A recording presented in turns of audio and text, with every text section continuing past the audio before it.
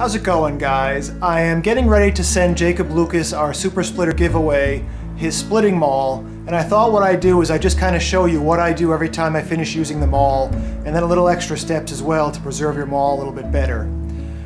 So the first thing I want to do is just walk you guys over here and show you these two mauls. This is the way your Super Splitter maul comes normally with the fiberglass handle, but I did end up breaking the handle on my maul last year, and what I ended up doing was putting a wooden handle on it. And the one thing I did notice was when I was taking this fiberglass handle out, the outside is plastic, but the inside, I don't even know what it is, but it's this very powdery substance.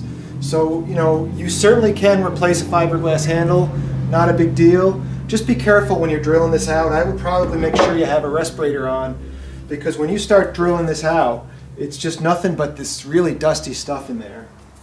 And then the maul, I feel pretty good about the way the new handle went on. I'm not too proud of my top here. I've got this guy here came out a little bit crooked, and I ended up putting two of them in. But it's not a high dollar tool, and for a first effort, it's certainly tight, and I've had no issues whatsoever. The wooden handle did end up being a little bit shorter. The Super Splitter handle is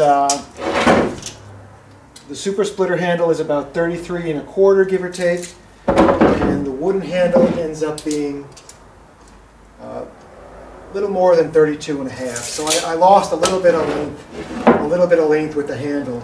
And so what I'll usually do when I come in from splitting with my maul is I'll just take a wire brush here and just go ahead and brush off any gook on the maul. And if you keep up with this, it's really not that big a deal. And then we're just going to take some very fine sandpaper, and I usually just run it along and polish up this part right here. In an earlier video, I showed you where I was using a sanding block and some metal paper to sharpen the maul. And what I've been doing lately is using this diamond stone here. You're going for a beveled edge on this guy, so rather than just having one smooth angle all the way, rather than having just one smooth, rather than having the tip of the maul like this, let's see if I can draw this maybe. I was looking for that screwdriver and I put it in my pencil bucket.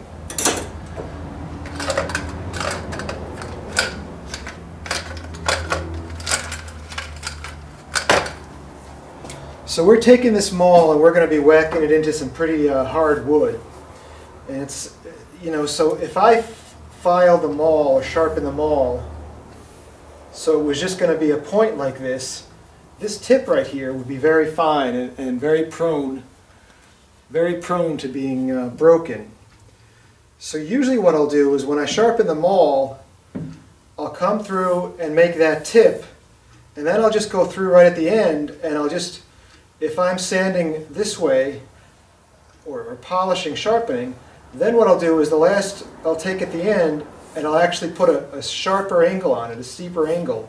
So it's a little bit more blunt. It's still sharp, but it's a little bit more blunt at this tip. And by doing that, it's not going to lose its edges easy. And you can just, let's see, are we on camera? So you can just do small circles. This is just a medium grit diamond stone. Small circles. And usually what I'm doing here is just trying to feel, as you're doing this, you can kind of feel where there's high spots or edges.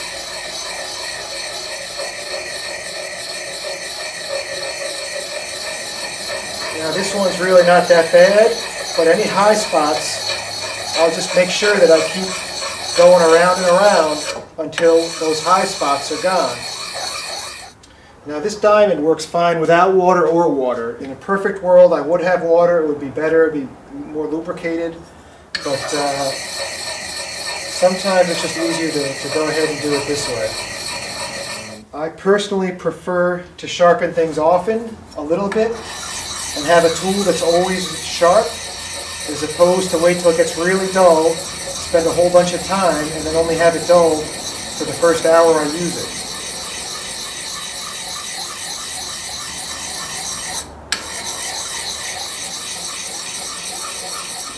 So once I've gotten all the high spots out, smoothed it out a bit, then I'll go back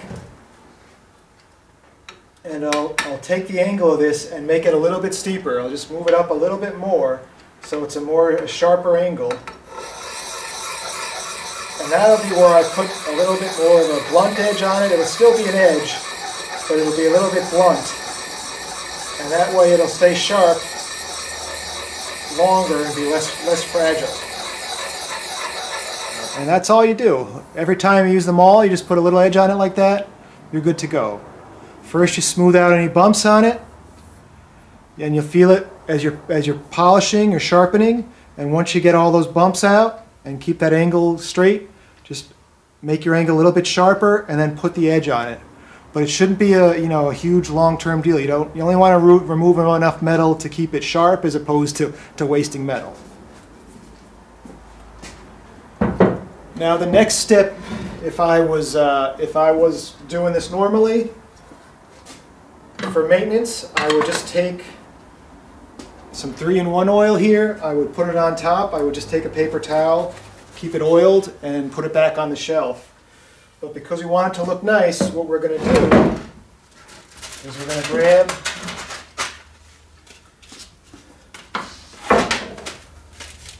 some 60 grit sandpaper there.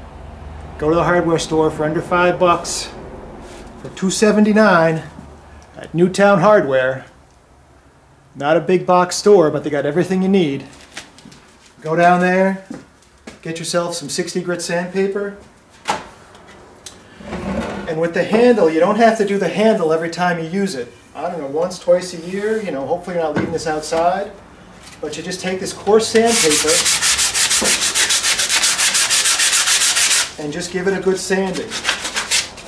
And this is brand new as well, so I'm not going to get too crazy.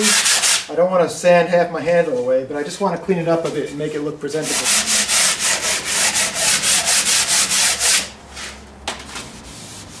Okay, so we got the handle nice and clean, we got the axe head nice and clean, we put a nice edge on it.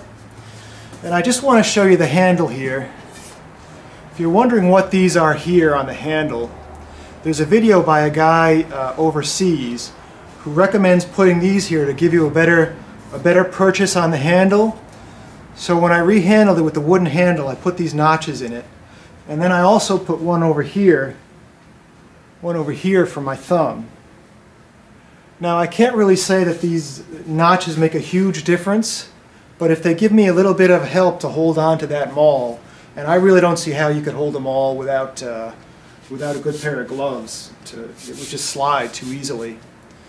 But I want to put a link in the video because it was a really good video by a guy who clearly knows what he's talking about, and it'll tell you a lot about what you can do when you get a new maul. He's got a wetterlings maul. He's showing you what he does to prepare it. But what we're going to do now is go ahead and get some boiled linseed oil. We'll put a nice coat of boiled linseed oil on it. And again, I wouldn't do this all the time, but I just want to make it look nice for Jacob.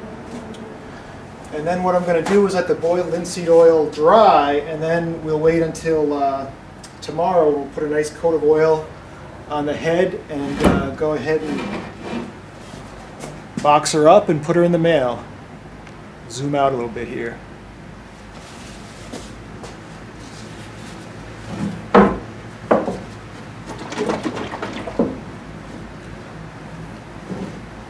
Screwdriver I thought I lost.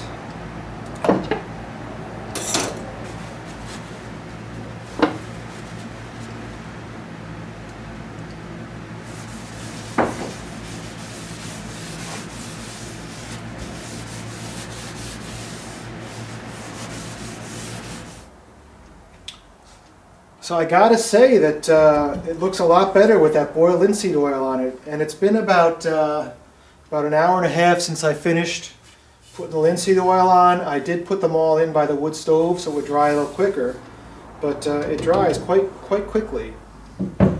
So again, I don't sand and linseed oil my handles all the time. That's something that I would probably only do once or twice a year. But I do every time I finish using the maul, either as soon as I'm done, or I'll leave it in the garage by the workbench, and then when I have time, I'll clean off the junk, sand this part of the maul, and then do a maintenance sharpening on the maul. And the final thing I do is to just go ahead and give it a light coat of oil so it doesn't start to rust. If you take a look at my 3-in-1 oil here, it says 10W30 on it. And I know there are certain applications where you really do need a light-duty oil, but I use oil quite a bit just about on everything. So what I've started doing is you can just pop the top off and just put some 10W30 in there, and it works just as good for what I'm trying to do. So the final thing I'll do is just go ahead and just put a light coat of oil on top of the splitting maul, just to keep it from rusting. It also, everything looks better with a light coat of oil on it, right? So hey folks, thanks a lot for watching today. I hope you enjoyed watching how I maintain my splitting mauls. This is what I do every time, whether I'm using my my super splitter or my wetterlings maul. When I'm done, I'll either leave it in the garage and wait for some time to come out and do this, or I'll do it right away. But let me tell you, when you go outside to split some wood and you got a nice, sharp, clean tool, I think it gives you a little boost of power. And I think I read somewhere that when Michael Jordan plays basketball, or when he played basketball, he would wear a brand new pair of sneakers every game. And I'm sure that the fact that Nike paid for them made a big difference there. But I know if I was going to go out and do some work with this maul, I'd feel a lot better with a nice clean and sharp maul. So again folks, thanks for watching, and I look forward to seeing you again soon. Take care.